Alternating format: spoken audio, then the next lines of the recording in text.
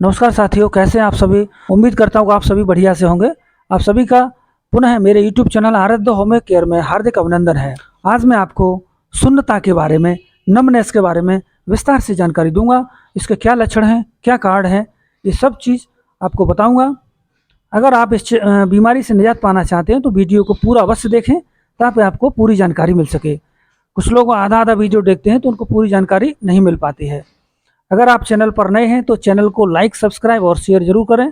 अगर आपको हमारे यहाँ से ट्रीटमेंट लेना है तो नीचे दिए गए ईमेल आईडी पर जाकर के कॉन्टैक्ट कर सकते हैं। चलिए शुरू करते हैं। सुन्नता क्या होती है। शरीर के किसी खास हिस्से में संवेदना या अनुभूति की हानि को सुन्नता कहा जाता है। यह संपूर्ण या आंशिक हो सकता है। हालांकि यह विभिन्न प्रकार की स्वास्थ्य स्थितियों का लक्षण हो सकता है, लेकिन आमतौर पर शरीर की नसों में खराबी होने का संकेत देता है। सुन्नता के अधिकांश मामले मामूली होते हैं और गंभीर प्रभाव पैदा नहीं करते हैं। सुन्नता शरीर के दोनों किनारों या शरीर की एक तरफ या तंत्रिका पर समान रूप से हमला कर सकती है। सुन्नता एक असाध्य अनुभूति है जो आपके शरीर को किसी भी हिस्से को प्रभावित कर सकती है, लेकिन यह आमतौर पर उंगलियों, हाथों, पैरों, बाहों और पैरों में महसूस होती है।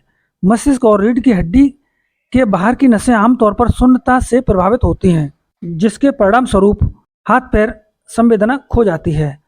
चलिए मैं आपको बताता हूँ सुन्नता के कॉजेज क्या हैं। कुछ दवाएं स्तब्ध हो जाना, झुंझुनी पैदा कर सकती हैं। लंबे समय तक एक ही स्थिति में बैठे रहना या खड़े रहना या अपनी बाह के बल सो जाना, यह महत्वपूर्ण कारण है जो सुन्नता पैदा कर सकते हैं। सुन्नता के कुछ महत्वपूर्ण और भी कारण हैं जो मैं आपको बता रहा हूँ। ऑस्टियोपोरोसिस के कारण रीढ़ की हड्डी टूट गई हो। ऑस्टियोपोरोसिस के कारण हड्डियां पतली, भंगुर या कमजोर हो जाती हैं। व्यायाम के दौरान हड्डियां ढह सकती हैं, जिसके परिणाम स्वरूप रीढ़ की हड्डी में फ्रैक्चर हो सकता है। ये संपीड़न फ्रैक्चर बहुत असुविधा पैदा कर सकता है और रीढ़ की संरचना और ताकत को स्थायी रूप में बदल सकता है। नेक्स्ट है संकुचित रीढ़ की हड्डी। यह विकार जो रीढ़ की हड्डी पर दबाव डालता है, रीढ़ की हड्डी में संपीड़न का कारण बनता है। वहाँ हाथ या पैर में सुन्नता या कमजोरी जैसे लक्षण धीरे धीरे अचानक प्रकट होने लगते हैं। टूटी हुई या हर्निएटेड डिस्क। हर्निएटेड डिस्क रीढ़ की हड्डी में लगने वाली चोट है। आपकी रीढ़ की हड्डियों के समूह से बनी होती है जो आपकी खोपड़ी के आधार से लेकर के टेलबोन तक जाती है। डिस्क गोलाकार कुशन होते हैं जो आपकी कशेरुकाओं के बीच स्थित होते हैं। डिस्क आपकी हड्डियों के बीच शॉक अवशोषक के रूप में काम करती है, जिससे आपको झुकने या स्वतंत्र रूप से चलने में मदद मिलती है। हर्निएटेड डिस्क तब होती है जब इसमें से एक डिस्क फट जाती है या लीक हो जाती है। फटी हुई या उभरी हुई डिस्क हर्निएटेड डिस्क का दूसरा नाम है। हर्निएटेड डिस्क आमतौर पर आसान घरेलू देखभाल प्रक्रियाओं से अपने आप ठीक हो जाती है। गठिया के कारण नस दबना। सूजन संबंधी जोड़ों की सूजन और रूमेटॉइड वैस्कुलिटिस दो सामान्य विकार हैं जो नसों को दर्द के कारण बनते हैं। सुन्नता के लक्षण कौन कौन से होते हैं जिससे महसूस करें कि हमें सुन्नता की प्रॉब्लम हो रही है। सुन्नता विभिन्न कारणों से होती है। हालांकि कुछ संकेत और लक्षणों को देखकर सुन्नता की समस्याओं और उनकी जटिलताओं का सक्रिय रूप से पता लगा सकते हैं। जैसे मधुमेह, स्तब्ध हो जाना मधुमेह तंत्र का क्षति का सबसे प्रचलित और चिंताजनक लक्षण है। इससे संवेदना की हानि होती है। जिन लोगों के पैरों की संवेदना खत्म हो जाती है उनमें मधुमेह होने की संभावना अधिक होती है।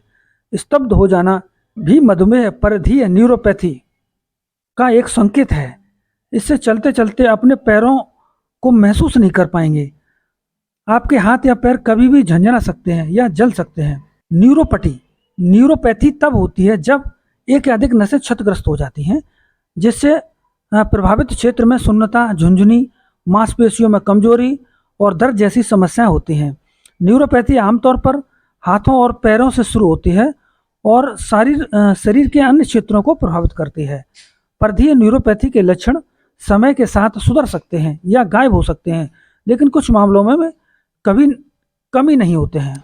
माइग्रेन, स्तब्ध हो जाना जो आमतौर पर एक हाथ से या चेहरे के एक तरफ झुंझुनी के रूप में महसूस होता है, धीरे धीरे पैर के साथ साथ माइग्रेन आभा का कारण बन सकता है।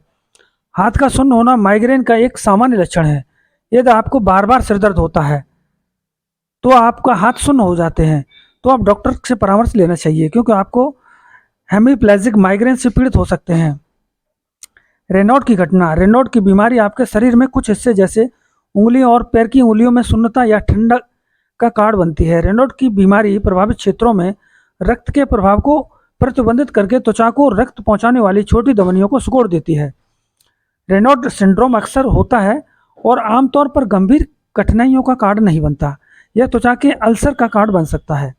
इसके अलावा यह सिस्टमिक ल्यूपस एरिथ्रोमेटोसिस स्क्लेरोडर्मा जैसी गंभीर बीमारियों का कार्ड भी हो सकता है, अगर आप गर्म रहकर लक्षणों को ठीक कर सकते हैं। मल्टीपल स्क्लेरोसिस केंद्रीय तंत्रिका तंत्र माइलिन में तंत्रिका तंतुओं पर सुरक्षात्मक आवरण मल्टीपल स्क्लेरोसिस का कार्ड बनता है। यह एक घाव का कार्ड बनता है जो शरीर के विभिन्न हिस्सों में शून्यता, दर्द या झुंझुनी जैसे लक्षण पैदा कर सकता है। मल्टीपल स्क्लेरोसिस का प्रारंभिक संकेत तंत्रिका क्षति संवेदना का संकेत है। यह आमतौर पर शरीर के एक तरफ को प्रभावित करता है। चेहरे और हाथ पैर हो सकते हैं। आघात या स्ट्रोक आमतौर पर बिना किसी चेतावनी के आते हैं। कुछ लोगों को एक हाथ पैर या क्षणिक शून्यता कमजोरी का अनुभव हो सकता है। स्ट्रोक होने से पहले उन्हें बोलना या देखने संतुलन संबंधी समस्याओं का अनुभव हो सकता है। शून्यता का मुख्य कार्ड मस्तिष्क की संवेदी डाटा को संधारित करना और त्वचा से संवेदी जानकारी को समझने में असमर्थता है। बरामदगी, स्तब्ध हो जाना, झुंझुनी रेंगने अनुभूति, पिन या सुई की अनुभूति, ये सभी संवेदी दौर के सामान्य लक्षण हैं। धमनियों का अकड़ना, यदि आपके मस्तिष्क तक जाने वाली धमनियों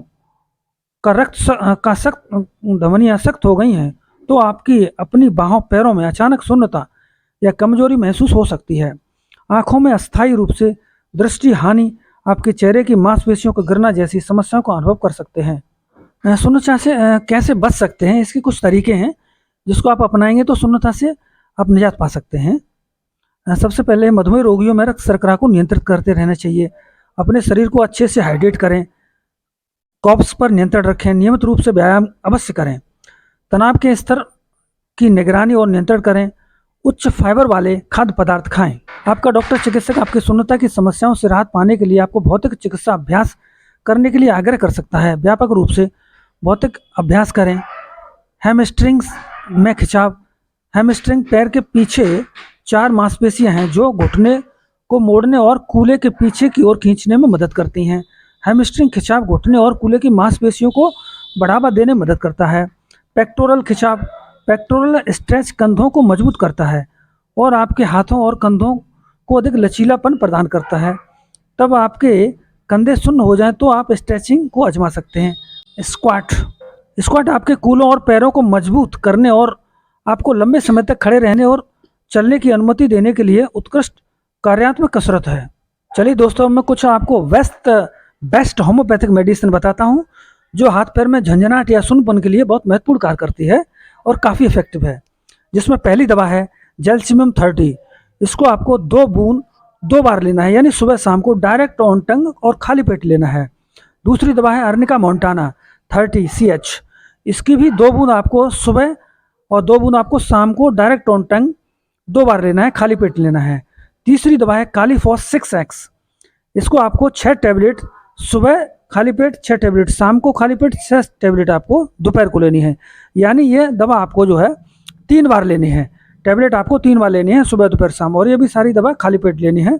इस दवा को आप जो है 5 से 6 महीने तक प्रयोग करेंगे तो आपकी शून्यता और झंझनाहट वगैरह परमानेंट रिवर्स हो जाएगी। यह दवा आपको जानकारी के लिए उपलब्ध कराई जा रही है। इसका सेल्फ मेडिकेशन न करें। अगर आपको कोई भी बीमारी है तो किसी नज़दीकी होम्योपैथिक डॉक्टर से जाकर संपर्क कर सकते हैं। और यह वीडियो आपको कैसी लगी? अगर अच्छी लगी हो तो लाइक, सब्सक्राइब और शेयर जरूर करें।